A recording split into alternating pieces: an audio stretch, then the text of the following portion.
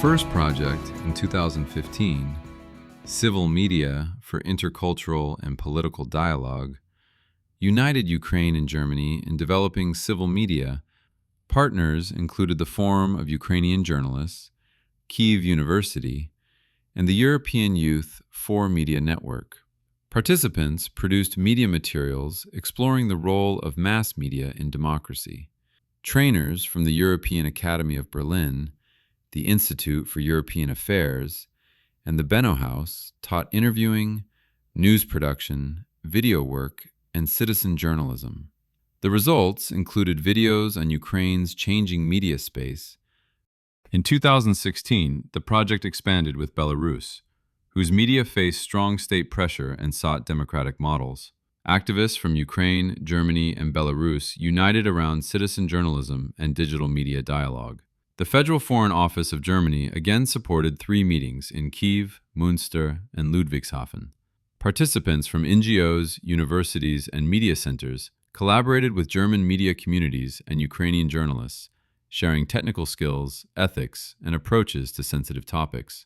The outcome was a wide range of video reports on German agriculture, Ausbildung, Chernobyl, community media, multiculturalism in Ludwigshafen, and Belarusian volunteers. Participants also appeared on the Ukrainian TV show Schuster Live. A key result was the creation of the Ukrainian Civic Online Media Info Center.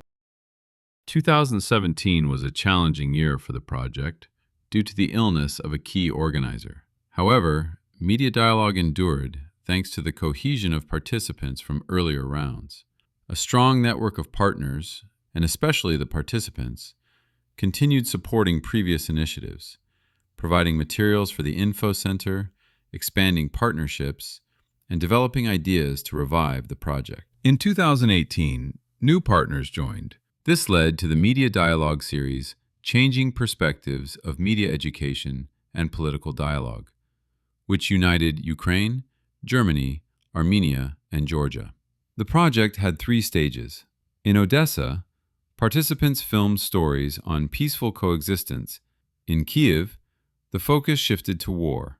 Mixed groups produced documentaries on volunteers and frontline musicians, interviewed reporters, and visited major Ukrainian media to discuss safety and ethics.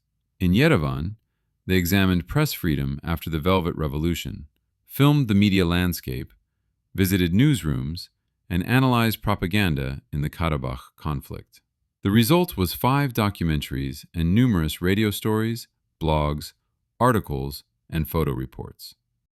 Media Dialogue 2019 unfolded amid ongoing wars and frozen conflicts in Ukraine, Georgia, and Nagorno-Karabakh. Under the title Media Dialogue for Democracy and Peace, it united universities and media organizations from Germany, Ukraine, Armenia, Georgia, and Belarus. Young journalists, students, and artists met in Lutsk, Tbilisi, Yerevan, and Kyiv. Participants worked on video, documentation, and debates, guided by German trainers and regional experts. They produced dozens of media works: the documentary Media Dialogue 2019, reports for Detector Media, films on press freedom, music, and war, and stories on propaganda, Donbass, elections in Georgia, and discussions with journalists and diplomats. In Lutsk, they observed Ua Volin. In Tbilisi and Kyiv, they visited major media and watchdog organizations. In Yerevan, they met newsrooms and even visited the front line. The project strengthened an international network of young media professionals committed to truth, dialogue, and peace. 2020 became a significant test. Despite global lockdowns, Media Dialogue continued and added Moldova, expanding the network to 6 countries: Germany, Ukraine, Armenia, Georgia, Moldova, and Belarus. 3 planned stages, Berlin, Gyumri, and Kyiv, moved entirely online, bringing together journalists, lecturers, students, and media activists. The partnership network widened. The German Journalists Union joined, while Ukrainian partners included major universities and the National Union of Journalists. In Armenia, the Academy of Arts in Gyumri and ACOS coordinated creative work in video, blogs, and podcasts. Participants trained remotely and produced materials after online workshops. European journalists led sessions on free speech, pandemic reporting, and disinformation. Moldovan experts spoke on Transnistrian media, and independent reporters addressed challenges in the Eastern Partnership. Participants created numerous reports and videos. Media Dialogue 2020 showed that even with closed borders, dialogue endures, and journalism remains a bridge of truth and understanding. In 2021, the event reunited journalists, students, and artists from Ukraine, Germany, Georgia, Armenia, Belarus, and Moldova. Training began with online seminars on hybrid warfare, media literacy, and journalistic responsibility. The first offline stage in Tbilisi, hosted by Caucasus University, introduced Media Dialogue TV, daily broadcasts produced under real newsroom conditions. In Gyumri, new Armenian partners joined. Participants filmed stories on Karabakh, repression of Belarusian journalists, and media's role in conflict. Later sessions in Lviv and Kyiv expanded Media Dialogue TV with interviews and reports on Crimean political prisoners and domestic violence. 2022 became a turning point.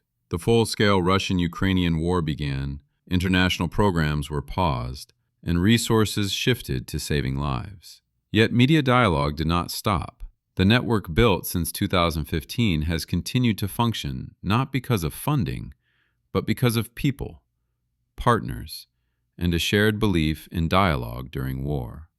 In 2022, Media Dialogue TV Extra released interviews and testimonies such as War in Ukraine, 2 Weeks of War, Personal Stories, and 6 Months of War. These were not reports, but human voices, those who fled and those who stayed, speaking truth to the world. Partners continued collaborating online, collecting testimonies, attending international events, and keeping Media Dialogue present on civic media platforms such as BVBM and Civil Media. In 2023, the project returned to Ukraine in person.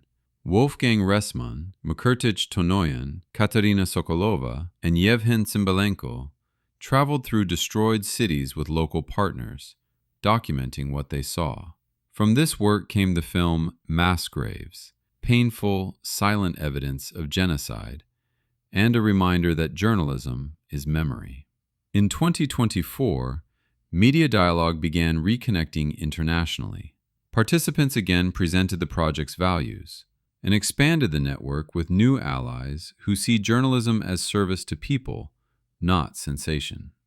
Media Dialogue proved that even in war, dialogue survives. And even without funding, a project lives when sustained by people. 2025 became a year of return, renewal, and the project's 10th anniversary. After 3 years sustained only by volunteers during the war, the Federal Foreign Office of Germany again supported Media Dialogue, recognizing that dialogue, truth, and media education are essential tools. The year was to begin in Georgia, but new restrictive laws made participation unsafe. Yet the Caucasus stage moved to Armenia. In Yerevan, the team met scholars at Yerevan State University and Eurasia University. Ukraine became the emotional center. In Lutsk, participants saw newsrooms working through displacement and shelling. In Kyiv, they visited national broadcasters and observed how journalism endures even from bunkers. Moldova hosted a project stage for the first time, offering trainings and newsroom visits that expanded the network. The final stage in Berlin marked 10 years of work through war, censorship, and pandemic. The work of Media Dialogue continues.